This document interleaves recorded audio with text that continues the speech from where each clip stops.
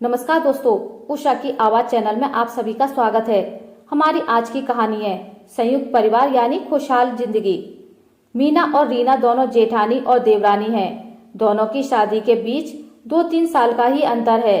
दोनों की आपस में बहुत अच्छी बनती है और दोनों के बीच बहनों से बढ़कर प्रेम भी है। दोनों ही एक दूसरे पर जान लुटाती हैं। इनकी सास इसी बात का घमंड भी करती है। आज के जमाने में मेरा संयुक्त परिवार होते हुए भी हंसता हुआ परिवार है। मीना का पति गौरव पढ़ा लिखा है। वो फैक्ट्री में काम करता है। अपने अनुभव की वजह से उसके मासिक वेतन में हमेशा बढ़ोतरी होती रहती है। वहीं रीना का पति सुरेश कम पढ़ा लिखा होने की वजह से एक छोटी सी फैक्ट्री में काम करता है।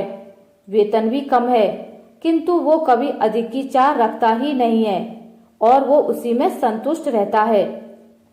कई बार गौरव ने कहा भी सुरेश को कि भाई तू मेरी फैक्ट्री में चल, मेरे अनुभव पर मेरी पगार बढ़ा दी गई, तुम्हारी भी वक्त रहते बढ़ जाएगी।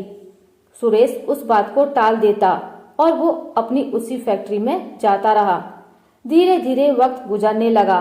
मीना और रीना के बच्चे भी बड़े होने लगे। मीना के बच्चे इंग्लिश मीडियम स्कूल में जाते, वहीं रीना के बच्चे सरकारी स्कूल में। मीना कभी कभी कह भी देती, तुम्हारे बच्चों की शरारत की वजह से मेरे बच्चे पढ़ नहीं पाते, तुम अपने बच्चों को कमरे में ही रखा करो। वक्त के साथ सब कुछ बदल जाता है। सासू माँ का देहांत हो गया। दोनों भाई साथ रह रहे थे, पर मीना को अपने पति के कमाए पैसों का घमंड होने लगा। वो अब घर में पैसे देने पर ताने कसने लगी। हर छोटी बात पर रीना को सुनाने लगी। मोहल्ले में भी कहने लगी, मेरा पति घर चलाता है, रीना के पति से घर क्या ही चलेगा। मीना देखते ही देखते पूरी तरह से बदल गई। पैसों के घमंड में वो धीरे धीरे सब कुछ भूलती जा रही थी। सासू माँ के घर को वो बराबर हिस्से में बांटने लगी और फिर रीना और उसके पति को घर से अलग कर दिया। उसने अपना एक आलीशान घर भी बनवा लिया। अपने बच्चों को विदेश पढ़ने भेज दिया। वहीं रीना एक छोटे से घर में रहने लग गई। उसका पति उसी फैक्ट्री में जा रहा था। रीना ने भी दिन दुगनी रात चौगनी मेहनत कर पैसा कमाना शुरू किया। जितने भी पैसे वो दोनों मिलकर कमाते, उन पैसों से वो अपने बच्चों को पढ़ाते। उसके बच्चों में बहुत अच्छी समझ थी। वे कभी किसी बात की जिद नहीं करते।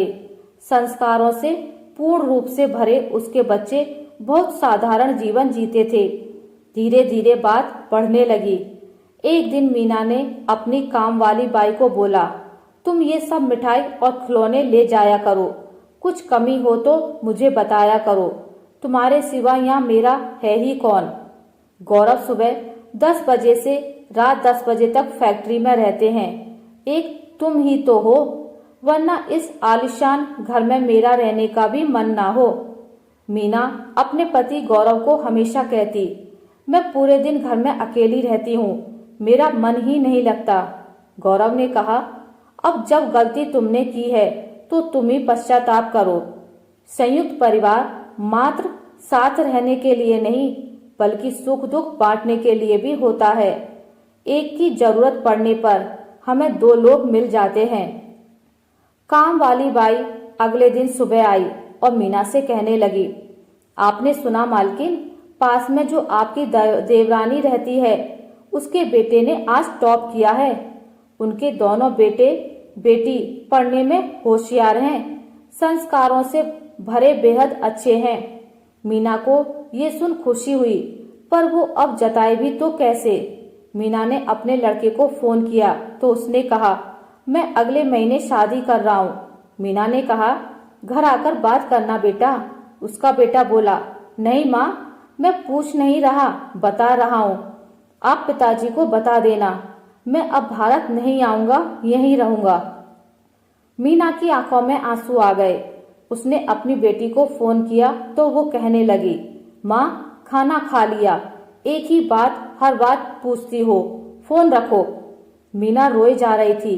मीना ने गौरव को कहा, बच्चों को पढ़ने के लिए विदेश भेजा था, परंतु वे वहीं के हो गए।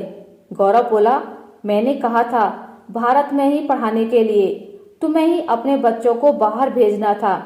मीना को अपनी गलतियों पर दुख हो रहा था।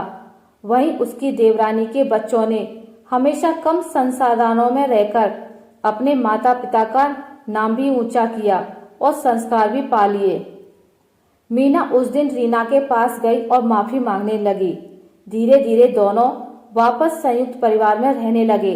रीना के बच्चों के साथ घुलकर मीना भी खुश हो जाती और 1-2 साल बाद संयुक्त परिवार के प्रेम ने मीना के बच्चों को विदेश से वापस आने के लिए प्रेरित कर दिया। आज वे सभी एक साथ बहुत खुशहाल जिंदगी जी रहे हैं। संयुक्त परिवार दुख सुख झगड़े अपनेपन सभी का संयोग है। जीवन की कठिनाइयों में हम कभी भी खुद को अकेला नहीं पाएंगे। आशा करती हूँ आपको मेरी आज की कहानी अच्छी लगी होगी।